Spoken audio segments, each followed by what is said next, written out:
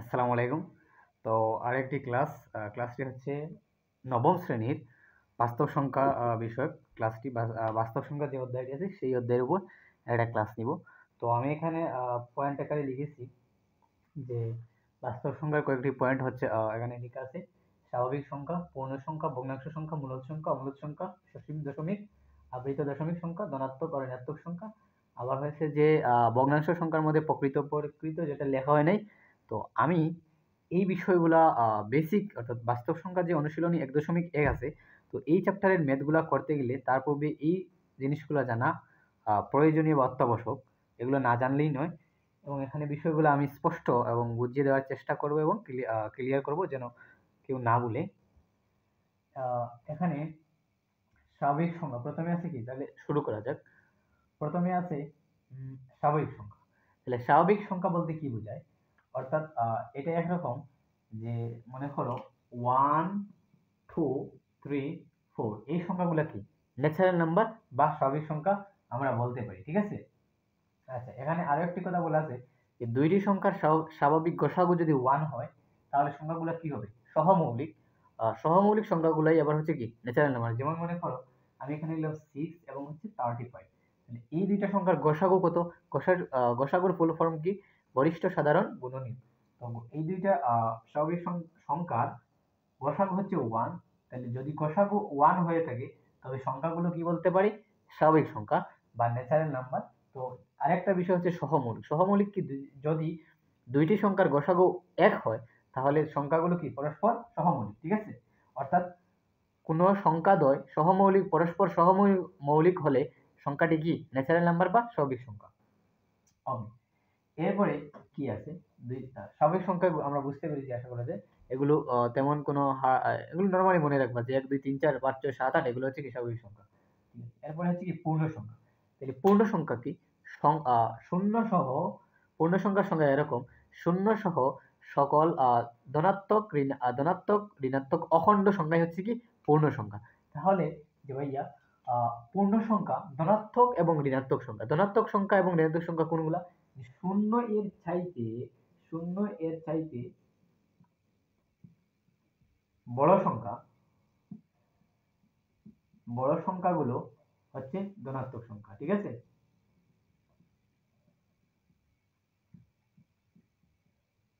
আর ঋণাত্মক সংখ্যা কোনগুলা?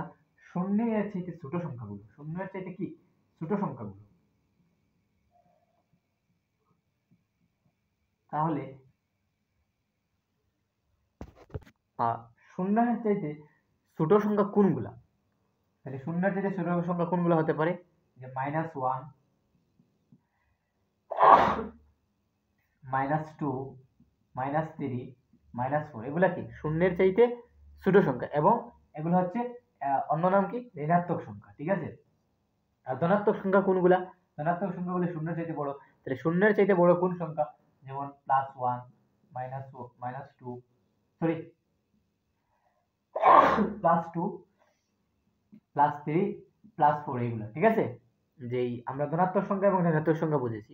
এখন আসো যে আরো কি বলা হয়েছে যে শূন্যের চাইতে সরি সকল ধনাত্মক এবং ঋণাত্মক অখণ্ড সংখ্যা। তাহলে অখণ্ড সংখ্যা বলতে কি বুঝি? অখণ্ড সংখ্যা বিষয়টা এরকম যে আমি বললাম 3.5 আছে। তো এই সংখ্যাটির সাথে দেখো 3.5 এটা কি এটা দশমিক সংখ্যা এবং এর দশমিকের উপরে 5 রয়েছে। তো সংখ্যাটি কি পূর্ণ সংখ্যা হতে পারে? পূর্ণ সংখ্যা হবে না। কেন হবে না? এটা হচ্ছে অখণ্ড সংখ্যা, সরি অখণ্ড সংখ্যা নয়। কেন? এর সাথে দশমিক অংশ আছে, অর্থাৎ পিছনে 3.55 লেগে আছে, ঠিক আছে? অর্থাৎ কোনো দশমিক সংখ্যা পূর্ণ সংখ্যা হতে পারে না, ঠিক আছে? এই সংখ্যা যদি কোনো সকল অখণ্ড সংখ্যা এবং হচ্ছে কি পূর্ণ ধনাত্মক এবং ঋণাত্মক সকল অখণ্ড সংখ্যাই পূর্ণ সংখ্যা, ঠিক আছে? তাহলে আমরা বুঝলাম। এরপরে হচ্ছে ভগ্নাংশ সংখ্যা, 3 নাম্বার। দেখো ভগ্নাংশ সংখ্যা কি? যদি কোনো সংখ্যাকে পি বাই কিউ আকারে প্রকাশ করা যায় তবে সেই সংখ্যা হচ্ছে কি ভগ্নাংশ সংখ্যা। তো ভগ্নাংশ সংখ্যা পি বাই কিউ আকার বলতে কি বোঝায়? যদি আমি পি বাই কিউ, এখন দেখো এখানে পি কি উপরে আছে, কিউ কি নিচে আছে, তাহলে ভগ্নাংশের ক্ষেত্রে উপরে যে এই যে চিহ্ন যেটা আছে, যে রেখা আছে, রেখার উপরে যে সংখ্যা থাকবে তার নাম হবে লব, আর নিচের যেটা থাকবে তার নাম হবে হর। এখন দেখো এখানে লব হর আছে পি বাই কিউ, অর্থাৎ যদি কোনো সংখ্যাকে পি বাই কিউ আকারে প্রকাশ করা যায় তাহলে সংখ্যাটি কি ভগ্নাংশ সংখ্যা। যেমন আমি বললাম 6/2 এই সংখ্যাটি কি একটা ভগ্নাংশ সংখ্যা। আবার বলতে পারি যে 10/16 এটাও কি একটা ভগ্নাংশ সংখ্যা। আচ্ছা, তাহলে দেখো, এখন দেখো এই যে 8 আছে, 8 সংখ্যাকে কি আমি ভগ্নাংশ আকারে প্রকাশ করতে পারি? হ্যাঁ, পারা যায়। কিভাবে? দেখো আমি 2016 16 ভাগ যদি 2 দিই তাহলে দেখো এই 8 যে কথা 16/2 সেম কথা। তাহলে এই সংখ্যাটি কি ভগ্নাংশ সংখ্যা না? এবং এটাকে কি পি বাই কিউ আকারে প্রকাশ করা যায় না? হ্যাঁ যায়। তাইলে ঠিক আছে, তাইলে ভগ্নাংশ সংখ্যা হচ্ছে কি, যে কোনো সংখ্যাকে যদি পি বাই কিউ আকারে প্রকাশ করা যায় তাহলে সংখ্যাটি ভগ্নাংশ সংখ্যা। ঠিক আছে। আচ্ছা আচ্ছা, এখানে হচ্ছে ভগ্নাংশ সংখ্যার আরো একটি বিষয় রয়ে গেছে, সেটা হচ্ছে প্রকৃত ভগ্নাংশ এবং অপ্রকৃত ভগ্নাংশ। তাহলে প্রকৃত ভগ্নাংশ কি? যে প্রকৃত ভগ্নাংশ, দেখো বিষয়টা যে প্রকৃত ভগ্নাংশ নাকি, এখানে আমরা জানি কি ভগ্নাংশ হচ্ছে পি বাই কিউ আকারে প্রকাশ করা যায়। আর প্রকৃত ভগ্নাংশের বেলা যেই লব থাকবে সেই লবটা কি হবে? বড় হবে। যেমন 26/2, অর্থাৎ লব যে লব থাকবে ছোট, হর থাকবে বড়। ঠিক আছে। আর অপকৃতর বেলা কি, যে ঠিক বিপরীত ব্যাপার। এখানে হবে কি, লব বড় হবে, 26 উপরে হবে, আর হর হচ্ছে 2 হবে। বিষয়টা বোঝাতে পারলাম যে প্রকৃতের বেলা হচ্ছে লব বড়, লব ছোট, হর বড়। আর হচ্ছে অপকৃতের বেলা কি, লব বড়, হর ছোট। তো বিষয়টা যদি মনে না থাকে তো এইভাবে মনে রাখতে পারো, যে আমি যেভাবে মনে রাখি সেটা হচ্ছে, দেখো এখানে নিচে আছে 26 এবং উপরে আছে 2, যে কোন সংখ্যাটি বড়? 26 সংখ্যাটি বড়। আমি যদি কোনো কারণে বড় সংখ্যার উপরে ছোট সংখ্যাটি দিই তাহলে সংখ্যাটি মানা যায় কিনা, মানে এইভাবে বলা যায় যে 5 কেজি বড়ের উপর যদি আমি 50 কেজি দিই তাহলে বিষয়টা দেখো কি যে অপ্রাসঙ্গিক লাগে, এটা আমি মেনে নিতে পারবো না, বা 5 কেজি যে বস্তুটা আছে সেটা ফেটে যাবে বা নষ্ট হয়ে যাবে, এরকম হবে। তো সে এই চিন্তা থেকে এটা মনে রাখা যায় যে 26 বড় সংখ্যার উপরে যদি আমি ছোট সংখ্যা দেই তাহলে বিষয়টা হচ্ছে কি আমাদের সাথে সামঞ্জস্যপূর্ণ, তো সেটা কি প্রকৃত বা মানা যায় এরকম। আর যদি আমি ছোট সংখ্যার উপর বড় সংখ্যা লিখি তো বিষয়টা মানা যায় না এবং হচ্ছে কি অপ্রাসঙ্গিক, তার মানে এটা হচ্ছে অপকৃত। ঠিক আছে। তো এইভাবে আর কি মনে রাখতে পারে সহজে, যদি কেউ কনফিউজ হয়ে থাকে যে কোনটা কোন সময় লব হর না চিনি, বা হচ্ছে লব হর এর ক্ষেত্রে কোনটা কোন সময় প্রকৃত হবে অপকৃত হবে, এইটাই মানে এই তর দিয়ে মনে রাখা যায়। ঠিক আছে। আচ্ছা, তো এখন দেখবো মূলদ সংখ্যা। তাহলে মূলদ সংখ্যা কাকে বলে, বা মূলদ সংখ্যা দেখো কয়েকটি শর্ত আছে। এখানে কি প্রথমে কি আছে, পি বাই কিউ আকারে প্রকাশ করা যায়। তাহলে এমন কোন সংখ্যা পি বাই কিউ আকারে প্রকাশ করা যায়, তার মানে কি এখান থেকে আমরা বলতে পারি কিনা যে সকল ভগ্নাংশ সংখ্যাই কি মূলদ সংখ্যা। যেহেতু পি বাই কিউ আছে, আমরা জানি যে পি বাই কিউ কোথায় হয়, ভগ্নাংশ সংখ্যা। তার মানে একটা পি বাই কিউ আকারে প্রকাশ করা যাবে নাকি, সকল ভগ্নাংশ সংখ্যাই আমাদের মূলদ সংখ্যা। আচ্ছা, এখানে আরো একটি জিনিস বলেছি, পি ও কিউ পূর্ণ সংখ্যা হবে। তাহলে পূর্ণ সংখ্যা কি, আমরা একটু আগে উপরে দেখেছি যে পূর্ণ সংখ্যা হচ্ছে সকল ধনাত্মক এবং ঋণাত্মক সংখ্যাই, শূন্য সহ সকল ধনাত্মক এবং ঋণাত্মক সংখ্যাই কি পূর্ণ সংখ্যা। তার মানে কোনগুলা, যে আমি যদি -1/-3 দিই তাহলে এটা কি, এটা পূর্ণ সংখ্যার ভগ্নাংশ সংখ্যা, আবার কি বলা যেতে পারে, মূলদ সংখ্যা। ঠিক আছে, বুঝলাম। এখানে আরো একটা জিনিস বলা আছে যে কিউ ইজ নট ইকুয়াল 0, অর্থাৎ এই যে পি বাই কিউ আছে, তুমি কখনোই কিউ এর মান শূন্য দিতে পারবে না। কেন দিতে পারবে না? কারণ মূলদ সংখ্যার শর্ত কি, যে পি বাই কিউ আকারে প্রকাশ করা যায়। তুমি যদি কোনো কারণে এখানে শূন্য দিয়ে দাও তাহলে শূন্য যদি নিচে থাকে তাহলে শূন্য দ্বারা ভাগ যায়, মানে সরাসরি পি হয়ে যাবে না, বা শূন্য দ্বারা ভাগ দিলে তো আনসার শূন্য দ্বারা দিলে তো শূন্যই গুণ হবে, ভাগ হয় না। তার মানে এখানে পি নেমে যাবে। তাহলে এটা কি হলো না, এখানে আমাদের কি হতে হবে, এই যে পি বাই কিউ এখানে ধরো কোনো একটি সংখ্যা লিখলে 1, নিচে দিলে 0, তাহলে দেখো সংখ্যাটি কি হয়ে যাবে, 1 হয়ে যাবে। তাহলে এটা কি মূলদ সংখ্যা হইবে? হবে না। কেন হবে না? কারণ পি বাই কিউ আকার হইল না তো। ঠিক আছে, ওকে। এরপরে আরেকটা আছে যে সকল পূর্ণ সংখ্যা, এই তো মাত্র বললাম প্রথম থেকে, সকল পূর্ণ সংখ্যা ভগ্নাংশ সংখ্যা মূলদ সংখ্যা। ঠিক আছে। আর কি 1/3 এটা একটা মূলদ সংখ্যা। কেন মূলদ সংখ্যা, দেখো যে এটাকে কি আকারে 1/3 আকারে অর্থাৎ পি বাই কিউ আকারে প্রকাশ করা যায়। আবার হচ্ছে 11/2 পি বাই কিউ আকারে প্রকাশ করা যায়। আবার দেখো এই যে 5/3 যেগুলো কি আছে 1.66 এটা কি পি বাই কিউ আকারে প্রকাশ করা যায় কিনা? যায়। তার মানে কি এগুলা মূলদ সংখ্যা। আশা করি মূলদ সংখ্যার শর্তগুলো বুঝতে পেরেছি। আরো একটি বিষয় আছে যে মূলদ সংখ্যার বেলা হচ্ছে সকল পূর্ণবর্গ সংখ্যা মূলদ সংখ্যা। সকল পূর্ণবর্গ সংখ্যা বলতে কি বুঝি? যেমন আমি লিখতে পারি 9 রুট, তাইলে এখানে দেখো যে √9 আছে, তাহলে এটাকে আমরা কি পাই? সরাসরি 3 পেয়ে যাই। তাহলে এটা একটি মূলদ সংখ্যা, অর্থাৎ অন্য একটি শর্ত যে সকল পূর্ণবর্গ সংখ্যাই কি মূলদ সংখ্যা। এটা আমরা আলাদাভাবে মনে রাখবো। যেমন √ওভার যদি 144 দেই তাহলে কত পাবো? 12 পাবো। তাহলে এটাও কি এটা পূর্ণবর্গ সংখ্যা এবং মূলদ সংখ্যা, ঠিক আছে? তাহলে এটা এখানে লিখে দেওয়া উচিত যে সকল পূর্ণবর্গ সংখ্যাই কি মূলদ সংখ্যা। তুমি অ্যাড করে নিবা সকল পূর্ণবর্গ সংখ্যা।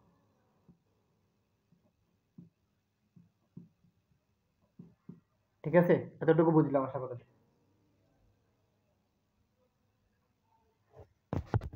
এখন দেখো অমূলদ সংখ্যা। যে অমূলদ সংখ্যার শর্তগুলো কি? প্রথমে কি আছে যে পি বাই কিউ আকারে প্রকাশ করা যায় না। হ্যাঁ, পি বাই কিউ আকারে প্রকাশ করা যায় না মানে কি? কোনো ভগ্নাংশ সংখ্যা অমূলদ সংখ্যা নয়, সরি, কোনো ভগ্নাংশ সংখ্যা কি মূলদ সংখ্যা কিন্তু অমূলদ সংখ্যা নয়। তার মানে কি পি বাই কিউ আকারে প্রকাশ করা যায় না, কথা আমরা বুঝেছি। এবং হচ্ছে মূলদ সংখ্যার ঠিক উল্টো ব্যাপার।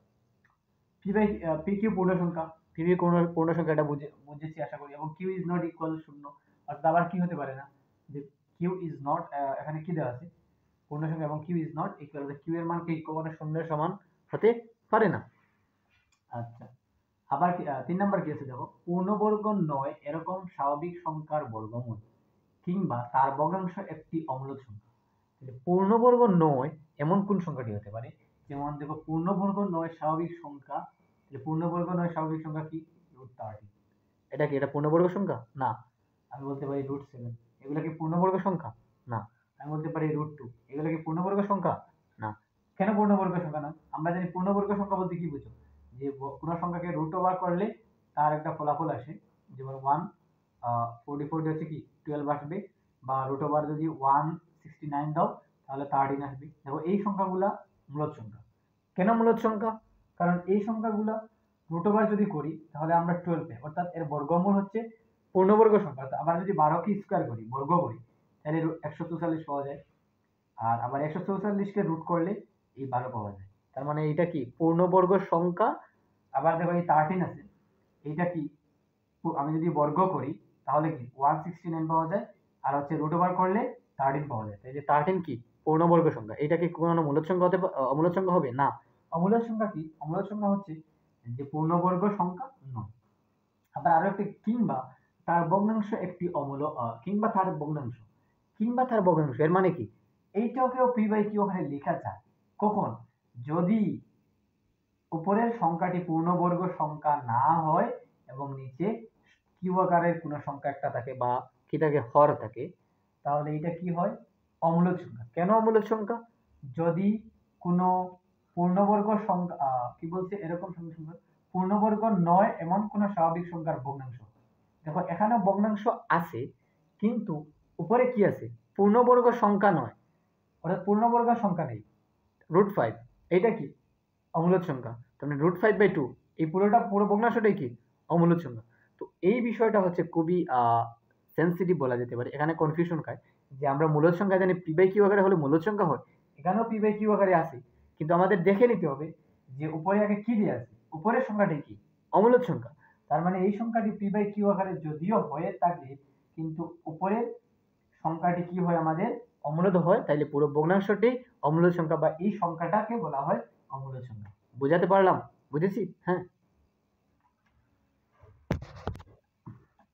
আরো একটি এখানে 1 2 3 4 নাম্বার শর্তে কি বলা আছে যে কোনো অমূলদ সংখ্যাকে দুইটি পূর্ণ সংখ্যার অনুপাতে প্রকাশ করা যায় না। তাহলে আমরা প্রথমে কি বললাম? কোনো অমূলদ সংখ্যা দুইটি পূর্ণ সংখ্যার অনুপাতে, অনুপাত বলতে কি এই জায়গার কথা পি বাই কিউ বা এরকম যে অমূলদ সংখ্যা, যেমন আমি বলি √2 এটা একটা অমূলদ সংখ্যা। এটাকে চাইলে কি তুমি কোনো অনুপাতে লিখতে পারো? যেমন মনে করো আমি বলি যদি কত কত বলা যায় 9 বললাম, এটা সংখ্যা। এটা কি যে এটা একটা পূর্ণবর্গ সংখ্যা, 9 নং হবে বর্গ করলে হবে 81। তাহলে এটাকে চাইলে আমরা 18/2 লিখতে পারি। দেখো দুইটি সংখ্যার অনুপাতে লেখা যায় কিনা যায় না, বা 8/2 মানে এটা হচ্ছে 18/2 নাকি লেখা যায়? হ্যাঁ। তাহলে দেখো এই সংখ্যাটি কি, অর্থাৎ তুমি যদি অমূলদ সংখ্যা দেখো সেই সংখ্যাটি দুইটি পূর্ণ সংখ্যার অনুপাতে লিখতে পারবে না। যেটা দেখো যেহেতু মূলত তাই আমরা দেখো সরাসরি লিখতে পারি দুইটি পূর্ণ সংখ্যার অনুপাতে, যেটাকে লেখা সম্ভব, √5 কে লেখা সম্ভব না। তাহলে এগুলা কি অমূলদ সংখ্যা। তাহলে আমি আশা করি যে মূলদ অমূলদ সংখ্যা বোঝাতে পেরেছি এবং তোমরা বুঝেছো যে বিষয়টা কিরকম। হ্যাঁ, ওকে। আচ্ছা, এখন দেখো হচ্ছে মূলদ এই অমূলদ সংখ্যা আমরা বুঝলাম। হচ্ছে মূলদ অমূলদ সংখ্যাকে আমরা দশমিক আকারে প্রকাশ করা যায়। যেমন হচ্ছে আমি যদি 3 আছে, এই 3 কে চাইলে 3.0 লিখতে পারি। 0 লেখা যায় না? এই যে 3 লিখেছে কি 0, তার মানে এটা কি, এটা দশমিক সংখ্যা। আবার চাইলে দেখো আমি লিখতে পারি 5/2 হচ্ছে 2.5। তো এটাও কি, এটাও একটা দশমিক সংখ্যা। তাহলে দশমিক সংখ্যা বুঝলাম, বা বোঝা যায় তো? হ্যাঁ, যে ভগ্নাংশ সংখ্যা থেকে আমরা কি পাই, দশমিক সংখ্যা। আর দশমিক সংখ্যাকে যদি আমরা সাধারণ ভগ্নাংশ আকারেও লিখতে পারি, এটা আমরা পরবর্তী নিয়মে দেখব যে কিভাবে সাধারণ ভগ্নাংশে প্রকাশ করা হয় দশমিক সংখ্যাকে, এবং হচ্ছে দশমিক সংখ্যাকে আবার কিভাবে সাধারণ ভগ্নাংশে প্রকাশ করা হয়, সাধারণ ভগ্নাংশে আবার কিভাবে দশমিক ভগ্নাংশে প্রকাশ করা হয়। ঠিক আছে, এই দুইটা দেখব পরবর্তী কোনো ভিডিওতে দেখাবো। আচ্ছা, তাহলে এখানে দশমিক ভগ্নাংশে কি আছে, সসীম দশমিক এবং হচ্ছে অসীম দশমিক। সসীম বলতে কি বুঝি, যেমন মনে করো আমি যদি 4/3 দিই, আর হচ্ছে এখানে দেই কত দেওয়া যায়, বাবা 5/2 আছে। তাহলে এখানে দেখো 4/3 যদি দেই, তাহলে আমাদের ক্যালকুলেটরে অনেকগুলো আনসার আসবে, যেমন 1.3 এরকম আসতেই থাকবে। আর এখানে হচ্ছে দেখো যদি 5/2 দেই, তাহলে হচ্ছে শুধু কি আসবে, 2.5 আসবে। দেখো আর কোনো সংখ্যা নেই, তার মানে এটাই কি, এটার উত্তর কি এখানেই সমাপ্তি। কিন্তু এই যে 4/3 আছে, এটা যদি আমরা ক্যালকুলেটরে দেই, তাহলে হচ্ছে 1.33, ওটা অসীম বা অসীম সংখ্যক, বা কি আসে 3 আসে। মানে এই যে ভগ্নাংশটাকে আমরা কি বলতে পারি, অসীম দশমিক ভগ্নাংশ, অসীম দশমিক সংখ্যা। আর এটা কি সসীম দশমিক, কারণ এই দেখো 2.5 বলে কোনো সংখ্যা নাই, এটা তুমি ক্যালকুলেটরে দিয়ে দেখতে পারো। এটা কি সসীম আর এটা কি অসীম, তার মানে আমরা সসীম এবং অসীম সংখ্যা বুঝতে পারলাম। ঠিক আছে, খুবই ইজি ব্যাপার, ইজি কনসেপ্ট। এখন দেখো যে 7 নম্বরে কি আছে, আবৃত্ত দশমিক ভগ্নাংশ। তাহলে আমি লিখলাম আবৃত্ত দশমিক ভগ্নাংশ।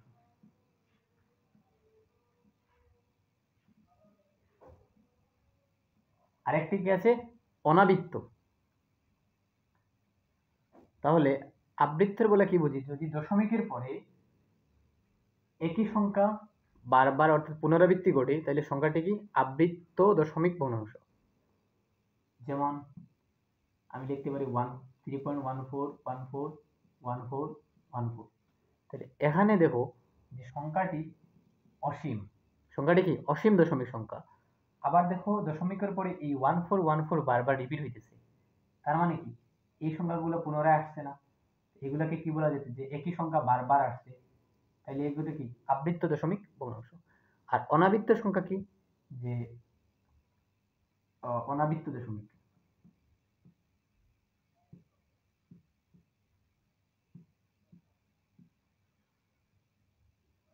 অনাবৃত্ত দশমিক ভগ্নাংশটি হচ্ছে, আমি লিখলাম যে 2.143923। দেখো এই যে অসীম আসছে, কিন্তু একই সংখ্যা বারবার রিপিট হচ্ছে না বা পুনরাবৃত্তি হচ্ছে না।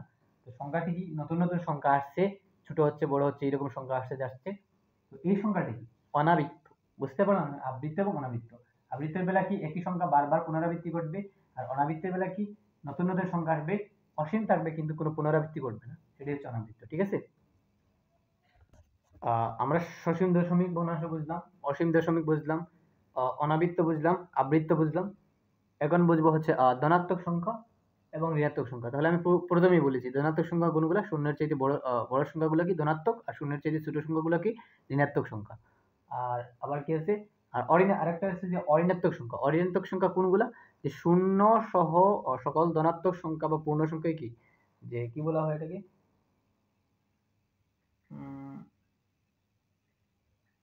শূন্য সহ সকল ধনাত্মক সংখ্যা হচ্ছে অঋণাত্মক সংখ্যা।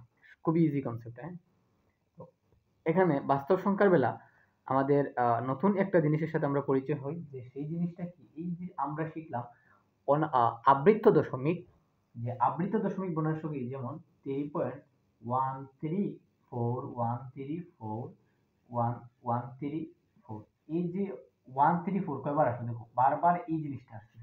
তো এখানে 134 বারবার আসছে, এটা কি একটা আবৃত্ত দশমিক, অসীম আবৃত্ত, এটা যদি আরো এদিকে আসে এটা কি বলবো, অসীম আবৃত্ত দশমিক ভগ্নাংশ। এবং এই যে 134 আছে এবং 134 এর মাথায় এই একটা ডট চিহ্ন দেওয়া হয় প্রথমে, এবং তিনটা থাকলে প্রথমটা এবং শেষেরটাই দেওয়া হয়, মাঝেরটাই দিতে হয় না। তো এই যে ডট, এই ডট চিহ্নের নাম হচ্ছে বা ফুটার নাম হচ্ছে যে কি বলে এটাকে, পৌনঃপুনিক। পৌনঃপুনিক সম্ভবত এইভাবে বানান, পৌনঃপুনিক বলে। পৌনঃপুনিক মানে কি, অর্থাৎ দশমিকের পরে যদি একই সংখ্যা বারবার পুনরাবৃত্তি হয়, সেই সংখ্যা আমরা অনেকবার না লিখে এই ফুটাটা উপরে দিলে বুঝবো যে সংখ্যাটি বারবার পুনরাবৃত্তি হয়েছে। যেমন আরো একটা এক্সাম্পল লিখে বুঝাই, যে মনে করো আমি লিখলাম যে 2.32 দেখো এরকম অনেক আনসার আছে আমাদের ক্যালকুলেটর আসে। তো এই যে 2 তার জায়গায় বসলে এখানে দেখো 32 আসছে, তাহলে এই যে 32 আসছে পুনরাবৃত্তি, আমি এতগুলো 32 না লিখে বা এতগুলো তো ক্যালকুলেটর আসলে এতগুলো লেখা সম্ভব না। তো এখানে আমি 32 দুইটা লিখলাম এবং তাদের উপর দুইটা ফুটা দিয়ে দিলাম।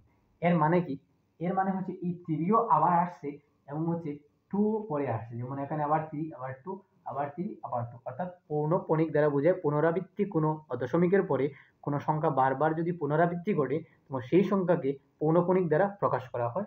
এই যে ফুটা তার নাম হচ্ছে পৌনঃপুনিক, বুঝলাম।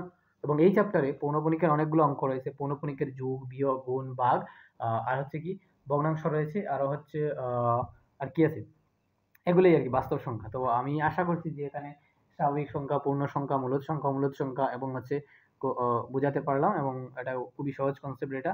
তো এটা নিয়ে কনফিউশন থাকার কথা না। হ্যাঁ, ঠিক আছে, সবাইকে ধন্যবাদ।